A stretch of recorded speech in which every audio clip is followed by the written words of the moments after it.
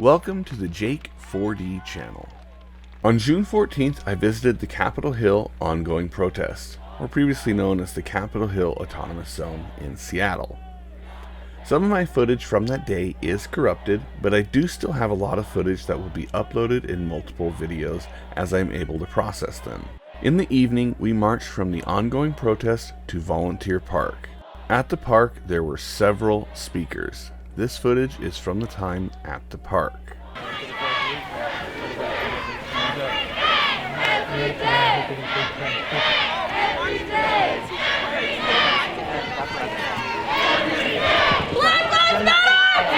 day! Every day! Black Lives Matter! Every day! Black Lives Matter! Every day! Black Lives Matter! Every day! Black Lives Matter! Every day! Black Lives Matter! Every day! Black Lives Matter! Every day! Black Lives Matter! Every day! Black Lives Matter! Joe Biden and Trump are fucking stupid. Every day! But at least Biden isn't as stupid as Trump. Black Lives Matter! Every day! Black Lives Matter! Every day! Black Lives Matter! Every day! Black Lives Matter! Every day! Give your time!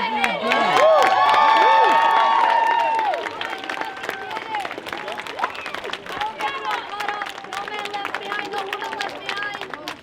No children left behind. Are y'all tired? No! Are you guys tired? No! Can you please help me? Yes! Can you please help me? Congratulate our graduates over here. All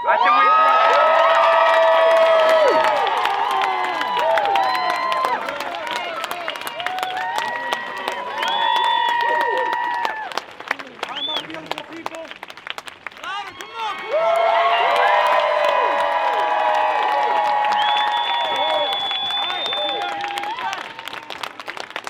Can y'all hear me in the back? Can everybody hear me? Yeah. Yep. Aaron, you can hear me? Yeah. Beautiful. If you guys want to sit down, let's take a moment, relax a little bit.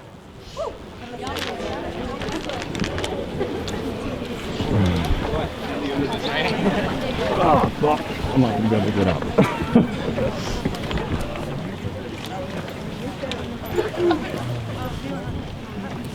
Everybody out here came to support a just cause, right? Can y'all hear me? Yeah! Woo! When we say every day, we mean every day. Every day of our lives. Our responsibility as a people, our responsibility as human beings, is to make this world a better place for all the youngsters out here. Yeah! That is our duty. That is our duty. That is the reason we have the liberties today. Because those who fought during the civil rights movement and before, had they said, you know what, it's not my problem, had they submitted to the oppressors, we wouldn't be here today. So, that's why we say, those who fell in the battlefield. When we talk about MLK, or Malcolm X, or Huey P, those are martyrs. They are martyrs, all right? And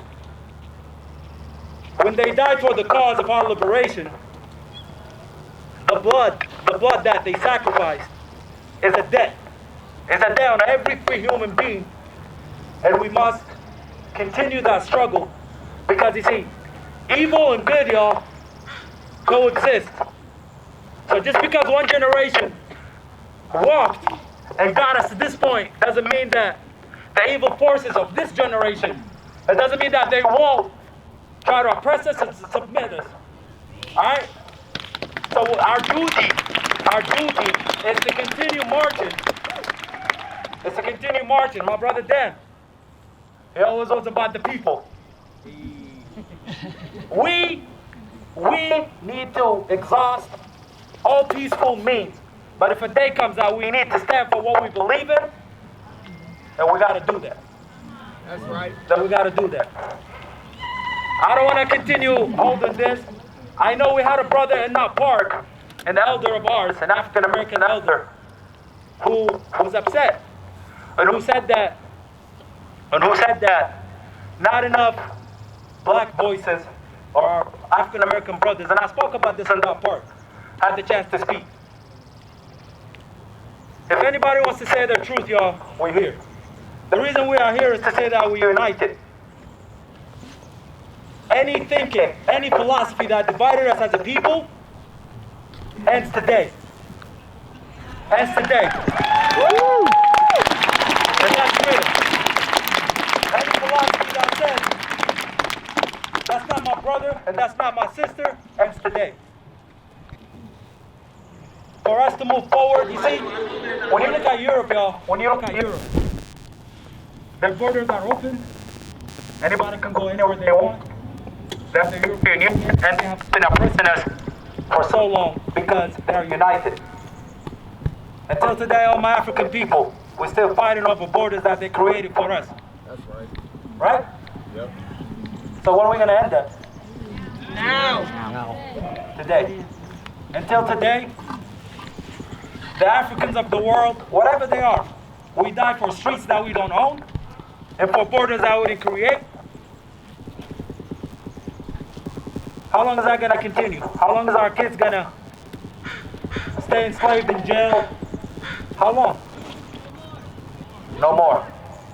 So my message for some of those who weren't there earlier, I said for all my white brothers and sisters, raise your hand. Your work is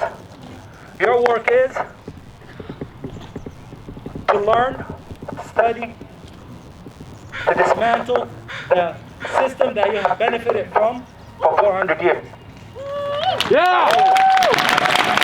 And if the time comes, I'm going to say it again because I think it's important. If the time comes, well, you need to stand beside us and face racist, extremists, then stand up with us.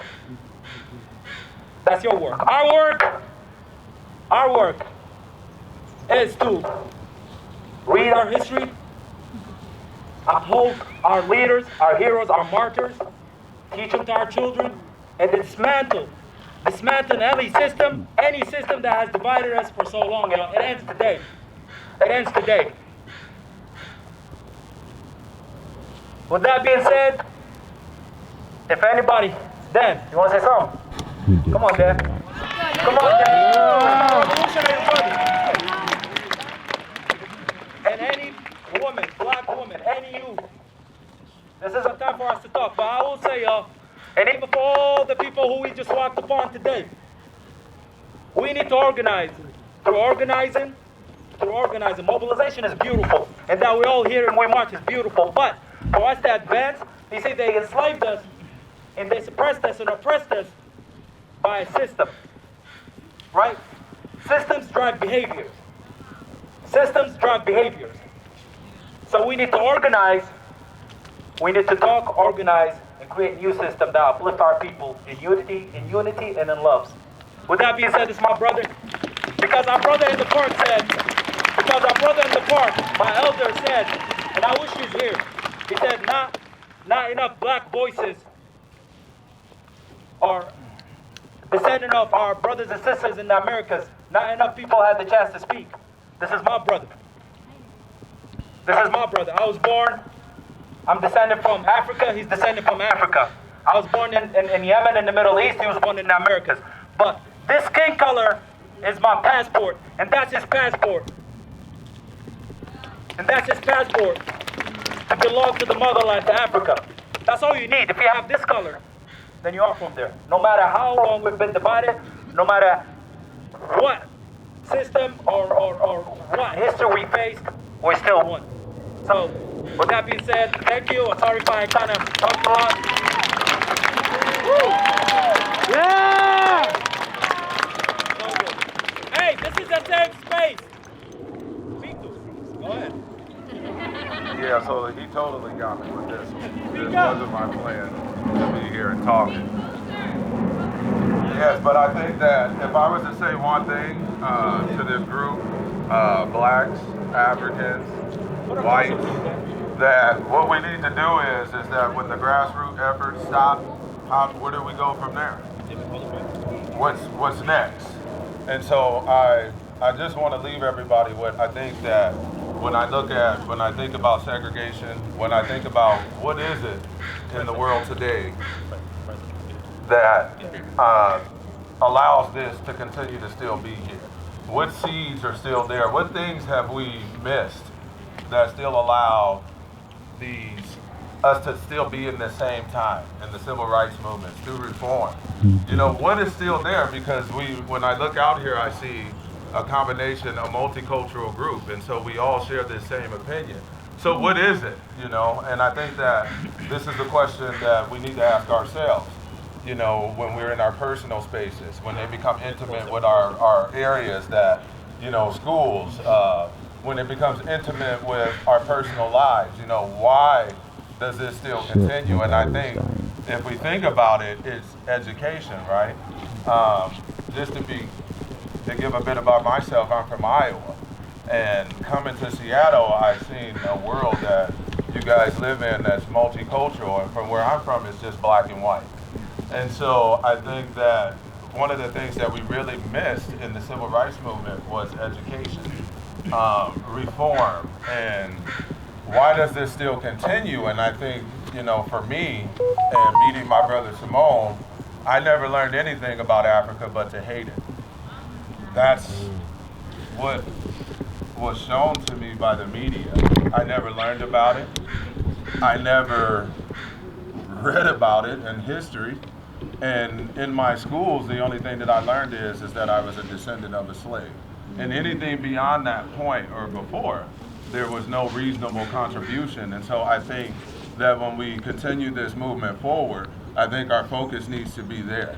You know, the contribution of all people to our civilization that we we live in, that we respect, that we fight for. How can we be united as one when we don't have an equal balance in our educational system that shares that contribution in a way that I can appreciate that this is my brother, that's my sister, and these are my people. I can't do that if I'm only learning a history that's one-sided. And so I think it's going to be our journey as everyone here is just to remember that education is the fruit.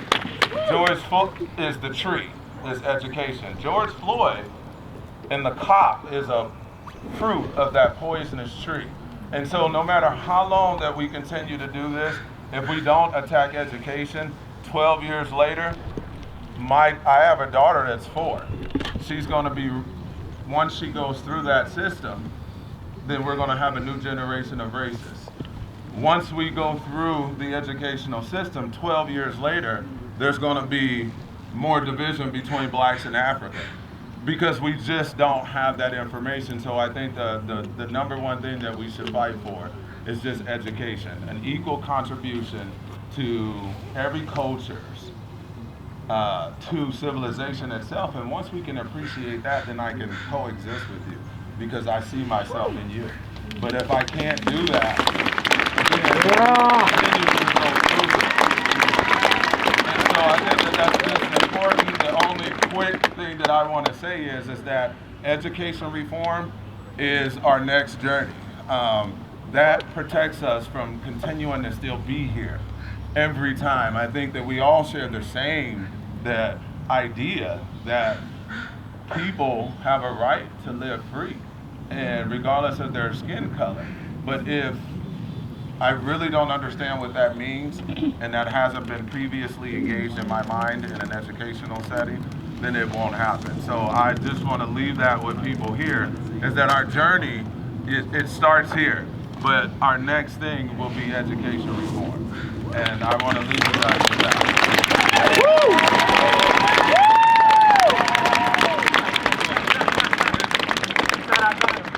All right. We've got one more person. My people, if somebody lost a phone, Android. yes. There's a phone here. If it's yours, come see me, please. An Android. But if you come up, you'll have to open their password. So, yeah, that's going to be a test. We got a sister here, and then our brother wants to share a message.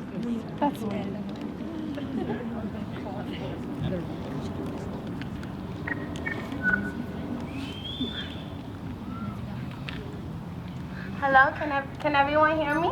Yeah. Assalamu alaikum rahmatullahi wa barakatuh. Hola, ¿cómo están todo el mundo? My name is Kua Mausia Bara. I'm from Oakland, California. And you know, I just want to say I'm offended when I hear black African, like, I'm so offended by that. Because if we do our history, elementary history, Malcolm X, the first thing he says is, if you put kittens in an oven, it does not make them biscuits. The worst thing you can do to a people is remove them from their place of origin. And I also want to say that there is no shame in being a descendant of an enslaved African. First of all, the city that the chief that this city is named after, his mother was an enslaved Native woman. There is no shame in what conditions another human may put on you. So we do not need to carry shame for any of that, first and foremost. Second of all, Pan-Africanism is the way, y'all. Like, that's ancient. We have to get on the come on, y'all, that's like been, done, snick. We still got black bodies and white bodies that have not been found in the Mississippi River when college students put their lives on the line in the 60s during the Freedom Rise. Do your history. Third of all, I just want to say that I am so proud of Seattle right now. I am so proud of the love. And I don't mean this in a funny way, and this is not to diminish the Black Lives Matter movement, but I have never seen so many white people with Black Lives Matter t-shirts on, or black children, or white children. And that's not to diminish it, because our movement is more than a t-shirt. But the thing is that if we're the only ones talking about it, it's not going to matter, because this capitalist system it's been built that way. So it's actually important that we're all here together. You see, I have my black ass dog with me. Hello, Black and Beautiful. I do not travel as a beautiful black feminine body without someone or something to protect me, because I have been beaten very badly by white people, but I still don't hate white people. You know why? Because God's love is stronger than any hate you can put on me. And we have to remember that, and we have to always let love eclipse any hatred they try to put upon us, because we are all spiritual beings living in this human experience. And like the young man said, it's real talk. We will exhaust all peaceful means, but if we have to defend ourselves, please believe we will and we must, and we will need all hands on deck. And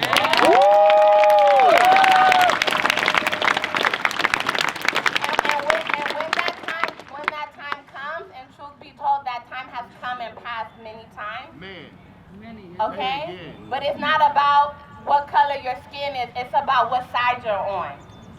Straight up. Yeah. I see the day when the trees will uprise for us, and the birds and the bees, because no one can eclipse God and what's supposed to be good, you know, but this world will try. We have seen enough human tragedy.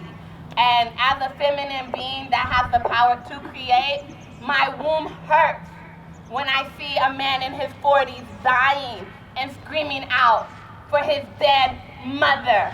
God forbid. And my body hurts because I know we did our best, and this is no shame for the people who watched Brother George Floyd lose his life. But I have seen Palestinian children put their lives on the line in front of IDF soldiers. And I'm saying that there's something that has become anesthetized within our bodies and within our minds, and we have to eradicate that poison. Because as my truth is as my truth, what is written is written. And we cannot go down like just, anesthetized beings. It's all one humanity, one race, one human race. Okay, so God bless y'all and thank you all.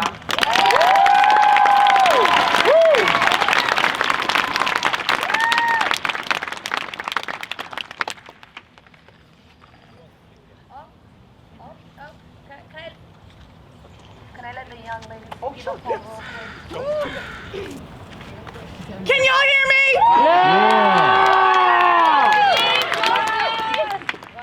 Some of you know me as Kia. Some of you know me as Zaire. Some of you know me as a lot of other things. I don't know. I've gone by a lot of names in my life. I am 17 years old. I'm turning 18 in a month and 11 days. I just graduated high school. I went to Garfield. Go Bulldogs! I will be going to a four-year university. I have been admitted to Central Washington University, and I'm going into either elementary childhood education or musical theater. There's a lot of people in this crowd that know me from a lot of different places, whether that be from school, like my friends over here, whether that be from elementary, like these people over here, whether that be from meeting me the first time right here, right now, face to face. Some things you will learn about me very quickly if you will hear me.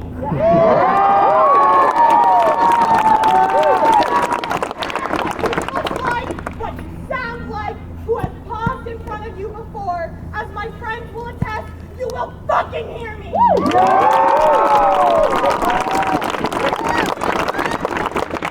My junior year, which was last year, I had a white history teacher named Mr. Simino. He did a lot and he changed my life in a lot of ways. One project he had us do was a project about our America. This was a project that after a whole year of what was supposed to be learning traditional history, he said, fuck that at the beginning of the year, and what we did was we made our own curriculum. Yes. We chose our topics, we chose the people we were gonna talk about, we chose everything. He educated us on what we wanted to learn about. And from that, something that I do a lot is I write poetry, and I wrote a poem.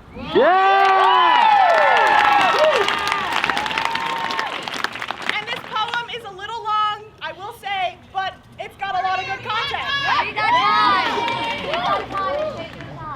Hello, I'd like to introduce my America. She is a little broken, so you have to be gentle with her, and she comes with a few rules. But if you follow them, you just might survive. Rule 1, you have rights as an American, but know that this comes with responsibility. And I know that it sounds cliche, but your rights could get you killed if my America doesn't like what you say. Rule 2, you have to protect yourself, but not so much that someone else feels like they're in danger, because if they do, then they might kill you. Rule 3, be proud of yourself and who you are, but not so proud that someone else feels like you're infringing on their rights as an American, that you're going against their religion. Don't make them feel uncomfortable. Don't make them think that they don't belong, because again, my America might kill you. Those are some of the darker aspects of dealing with my America. Let's get to the lighter stuff. My America loves your natural hair with your laid edges or your messy bun. She loves it when you tie your hair up like that, or when you push your glasses up your nose, when you wear your clothes a certain way. It makes her feel happy. When you talk with your slang, it makes her feel glad. But sometimes when you be yourself, it makes her real sad because she can't be you. My America loves it when you have pride in yourself and being proud of where you are and of where you're from, where your family comes from. That makes her all gleam with joy. When you wear your traditional clothing, when you eat your traditional food, when you bring that fashion, those braids, those shoes, what makes you you, those things make my America happy. So make sure that you wave your flags up high in the air and in those parades that we hold for you, because we're diverse. Because my America likes to say that she has all of these things going on inside of her and that she's accepting of all of it. But some people would care to disagree because while they see a different America. My America has her failures and her sorrows, but she also has her successes. the things that make her great. She has the MLKs of the world, which to get them, unfortunately, we did have to unfortunately, we did have to go through times of great sorrow and like mass genocide and murder. But don't worry about that. Like, we had MLK. We got there. We got to that place of acceptance, even though we murdered him. But that's besides the point. We have our people that helped her free others, but we did have to be in those places where others were held for them to get freed in the first fucking place. This next part's in Amharic. I'm not going to translate it. To those of you that speak Amharic, this is not going to be great. Ahungun, okay. Ahungun yamyasak nagar no managar. Yene natazisitmat amanamingizinyala nagarach.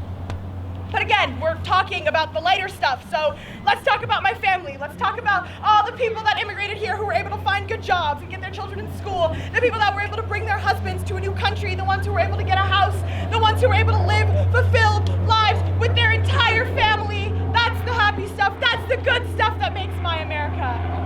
She's self-governing and free and symbolic, uplifting, reflective, and representative, and repetitive, and corrupt all at the same time. She's greedy and dishonest and somber and reflects on her many tragedies. She's gay, she's somewhere on the gender spectrum, but doesn't really know where. She's made up of many races and many different types of foods and many cultures, and that's what makes her who she is. Now, the last thing I'd like to ask you is, does my America make you uncomfortable? Thank you.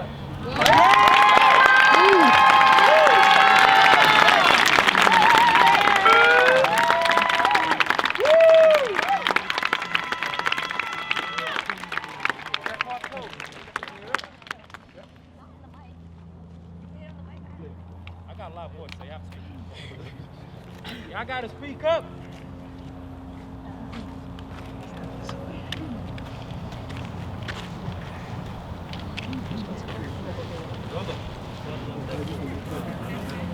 Hello? Can you hear me? Can you hear me? No. Can you hear me? Yeah, okay. Yeah. My name is Chris Porter. I'm a King Conservation District Supervisor. I look after the environment, and I stopped midway in this march to talk about something that happens with the school and the law. But I want to back this up and say one other thing, which is I'm a registered nurse. And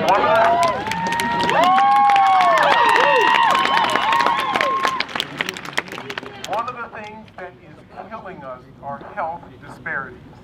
And the only thing I'm going to touch on is high blood pressure, because it's the one thing that plagues many more African Americans than we even think about.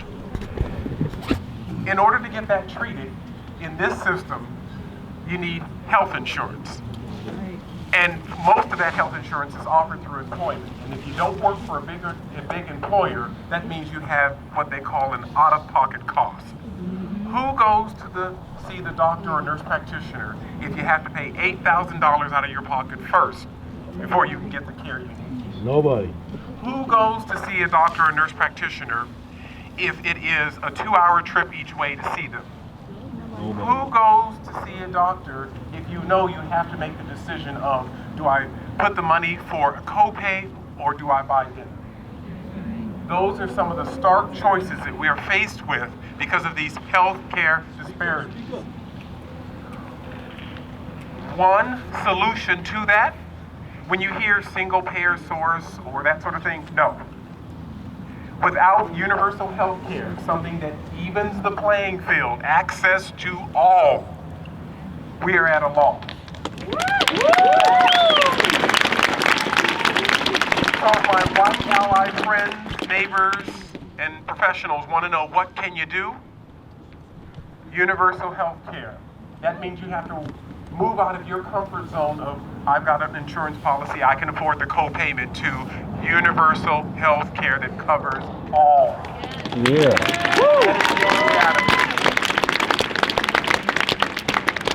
In the middle of the street I talked about, I'll make this brief because I already spoke about it once, RCW 28A.600.420. This is the law that outlines what behavior gets a student suspended or expelled from school, and it also gives license to what they call resource officers, which are really police officers.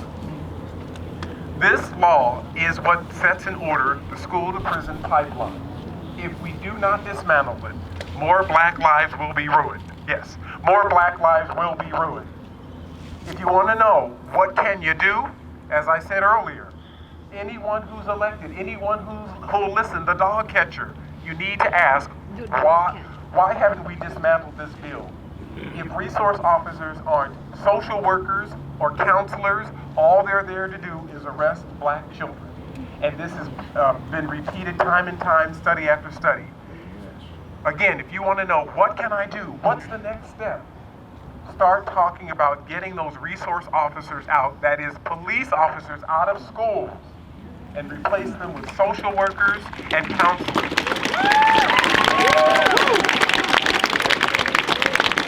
All of us have an obligation to ensure that when we send our children to school, that they're there to learn and not to worry about whether or not they're going to be arrested or expelled or suspended for behavior that their white peers never have to worry about. That is our job. So again, your next step, anyone who's elected, anyone who's listened, ask, why do we have resource officers that are in school arresting brown and black children, ruining their lives before they even have a chance? That is your next step. Thank you.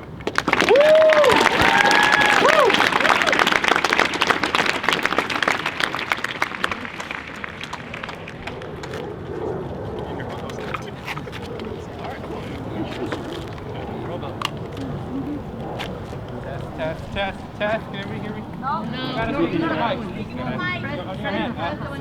mic. Speak into the mic. Defund SPD! Defund SPD! Defund SPD! Defund SPD! I don't think I know anybody here. My name is Obasi. I wrote some stuff down. Let's hear it, Abasi. Okay, let me hold that for you. Yeah, please do. You hold that part. Thank you. I didn't want to waste people's time, so I wrote it all down ahead of time. My name is Obasi. I rap sometimes. You probably never heard of me. Maybe never will. That's okay. I've lived in the Central District for almost 3 years now, but I grew up in Atlanta. Get the mic closer. Yesterday, I grieved for Rayshard Brooks, who was killed in Atlanta running away from a police officer who tried to arrest him for sleeping in his own car in front of a Wendy's. I'm still grieving. I keep watching that video over and over, asking myself what kind of police officer pulls out his gun with his right hand when he's already holding his taser in his left hand. I keep checking his name over and over, Rayshard Brooks, just to make sure he wasn't somebody that I knew. And I cheered when I watched the video of the white woman who set the Wendy's on fire. And I'm going to give up the mic in a second because I genuinely believe that women and black women in particular are the best ones, best equipped to lead movements like this. But I want to make a couple of quick points first. Because there's a couple of things I've been here about every other day for the past couple of weeks. A couple things I haven't heard said before. I care about this movement. I care about everybody who's out here. I care about, more than anything, I care about effective strategy.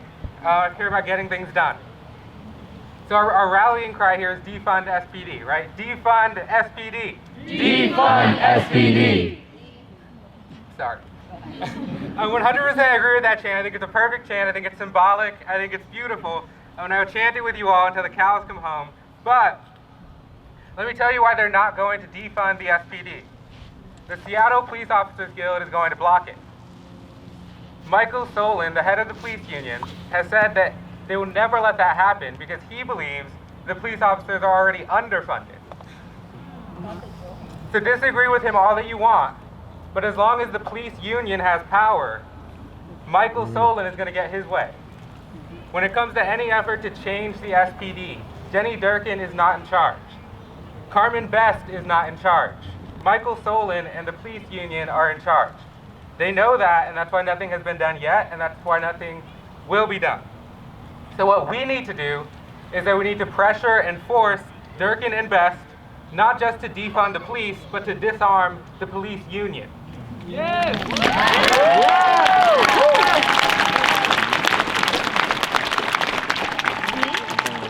This has been done before. Camden, New Jersey is an example. They've shown us how to do it. There are real, actual strategies in overcoming the destructive power of police unions, but nobody is going to adopt those strategies. Nobody in power is going to adopt those strategies unless we focus our attention on forcing them to do it. Second, I think we need to call on Mayor Durkin to do her job. I don't think we need to call on her to resign. And that's not because I don't think that she should resign. I don't know if she should resign or not, but what I do know is that she has no incentive to resign right now. And every time we tell her to resign, we give her another reason to stop listening to what we have to say. Instead, I think our role as a movement is to make it impossible for her to lead without agreeing to use her power in radically new and necessary ways. Woo!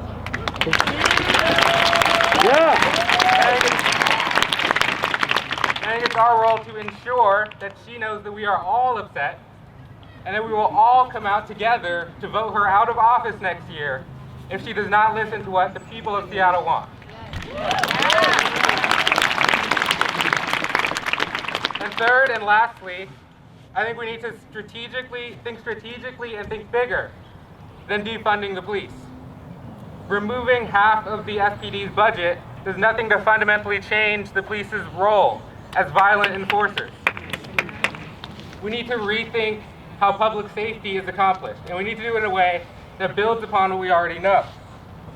Nobody in power is going to dismantle the police department unless they know what's going to take its place. But there are real, actual strategies, again, there too.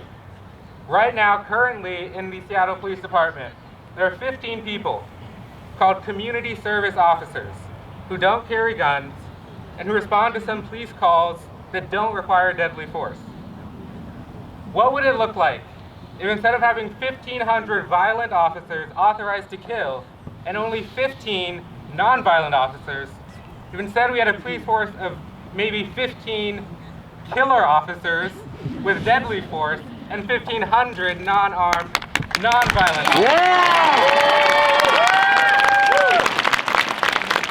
officers who didn't carry guns, who are trained and empowered to de-escalate, to resolve disagreements, to provide help and social services to people who are clearly only breaking the laws because the laws have not served them. Maybe then we wouldn't have to spend so much money on tear gas, on riot gear, and on youth jails. What if instead of redirecting the police budget to services that actually serve communities, we turned the police force into a service that actually serves communities? Yeah. I believe in radical solutions. I didn't come out here for half-hearted measures like more police bias training or even just ending chokeholds. I believe in taxing Amazon. I don't believe in the people who want to co-opt our movement in order to do so. Sorry. And I believe in redefining public safety in a way that doesn't rely heavily on armed enforcers who put black and brown lives at risk. And I believe in this movement. I believe that we will succeed. I believe that we can harness our energy towards strategies and tactics that work. So one more time, defund SPD. Defund SPD. Defund SPD. Defund SPD. Whose lives matter? Black Lives Matter. Thank you. Find me on SoundCloud, Spotify, whatever you listen to. Obasi, the other Obasi, not the other one. Thank you.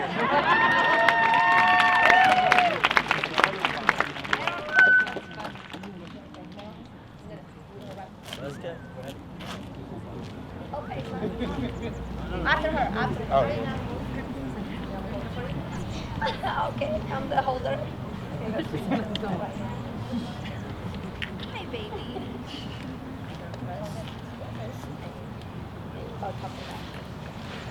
Can everybody hear me? No.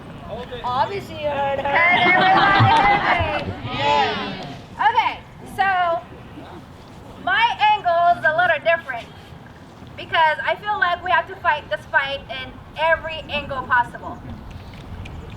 And this is actually more for my black people because my white counterparts, they learn all this stuff from their parents. So you guys are safe and know what's going on with the economy. You guys know about cryptocurrencies. You guys know about inflation.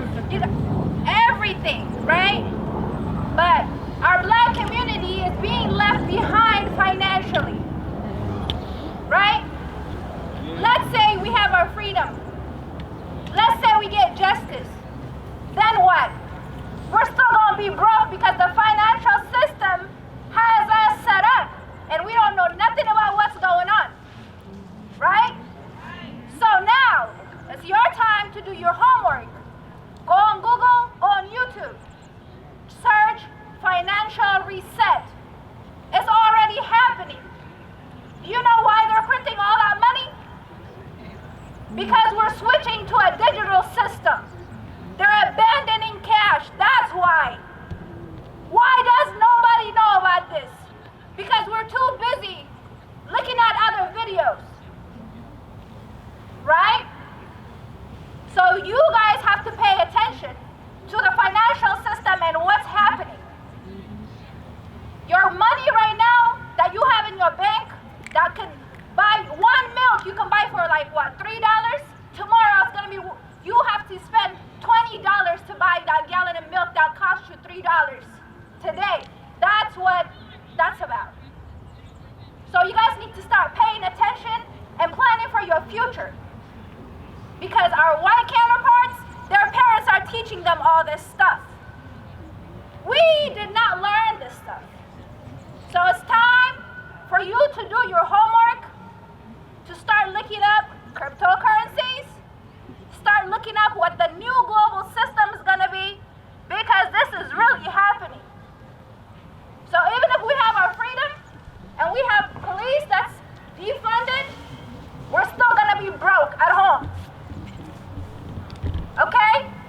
So start paying attention, start figuring out how you're going to figure out how the financial system works. There's a lot of free information. You have to do your homework while you're fighting to be free and while you're fighting to have your life not be threatened when you walk out your house. You also have to figure out, this is the young generation, we also have to figure out what we're gonna do 10 steps forward. This is how they had us, they planned to enslave us for 20 years, 30 years, no. They had plans for 200, 300, 400 years, right? So now we have to start planning to free ourselves 10, 15, 20 years, start making progress, start studying, start figuring out everything. It goes back to financial. If you have financial freedom, you can hire representatives that represent your policies. But if you don't have money, you won't have any representatives representing you. Money talks, follow the money. Yes, yes. Okay? Microsoft said, hey, cryptocurrencies are bad. But guess what? Google owns so many of them. Warren Buffett said, oh my God, Bitcoin, that's shit. That's nothing. Guess what? Berkshire Hathaway, his company owns it. Wow. Pay attention. Yes. Amazon has so many blockchain projects that you don't know about. Yes. Pay attention. They tell you one thing, but their companies on the other end are doing something else. So pay attention, learn, do your homework. I will start a live stream or something so I can give you guys ideas on how to invest, what to invest in, what projects to look at. You have to do your homework. Pay attention. The global reset is coming within the next month or two. Pay attention. Where can we find it? So, I'm an African immigrant. I'm first generation. My parents got me this far. Now I have a kid. I have to figure out the rest of it, and I have to do better. But most of the time, I don't talk about it with other people because people look at me crazy. Because people don't want to worry about the boring stuff. They don't want to talk about the boring stuff. They want to talk about the new style and the new whatever. The new dance and the new music.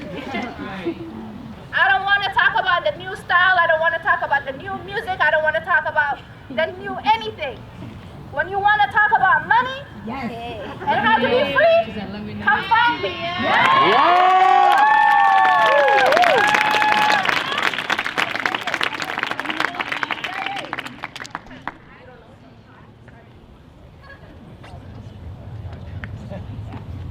We will share her ID with me. Can you guys hear me now? No. Can you guys hear me? Can you guys hear me? I didn't. Okay, I'm trying to get this figured out. What this time?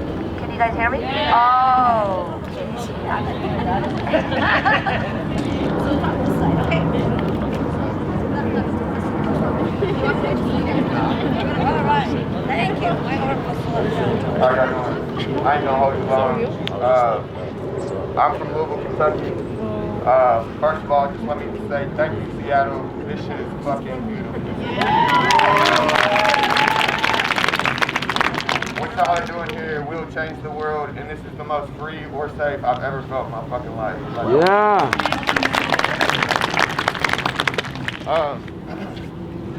Excuse me, I can never stop in front of people. We love you. So, Breonna Taylor's murderers have still not been arrested. They're still on the salary of the LMPD. This cannot fucking stand. Excuse me if I'm cussing, but we ain't got the time and I ain't got the patience, you know what I'm saying? Yeah.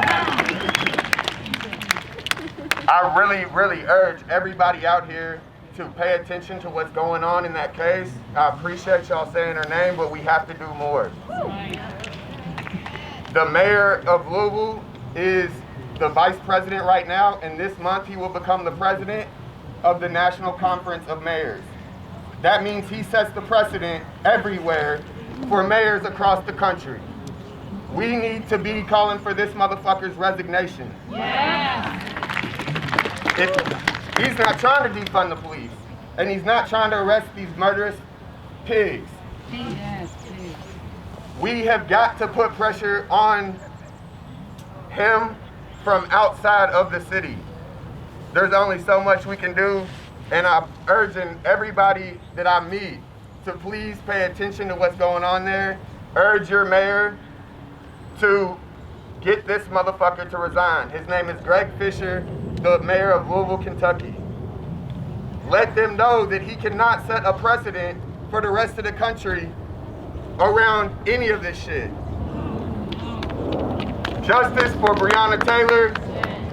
Please follow BLM Louisville. The organizers here, I hope that y'all will stand with us and we can start to move on an accord around this issue. The last thing I'll leave you with is love black women, protect black women, and follow black women.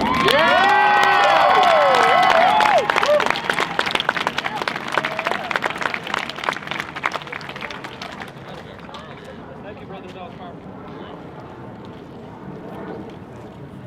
You guys hear me? Okay, cool. Hey, listen, thank you everybody for coming out. The support was great. Definitely love all y'all with the bottom of my heart, even if I don't know y'all. Listen, there's an event happening June 19th, is Juneteenth, over in the Central District area at 3 o'clock, I believe it is. It's a whole cultural event going on out there. We'll be doing the same thing out there, bringing our traditional clothing and everything. If you guys want more information, Marathon Mike will be the person to contact. Yeah, we'll be heading back now. Yeah. Thank you all. Thank you. Thank you, organizers. Thank you. Thank you very much for watching. Remember, one of the best ways to foster change in this country is to get out there and vote. We have to vote in the right people, we have to vote in the right laws, and remove the wrong people. If you're able, please get out there and vote. Stay safe, stay healthy. Thank you. Black lives matter. Whose lives matter? No, we're not talking about that. Whose lives matter? Black lives matter.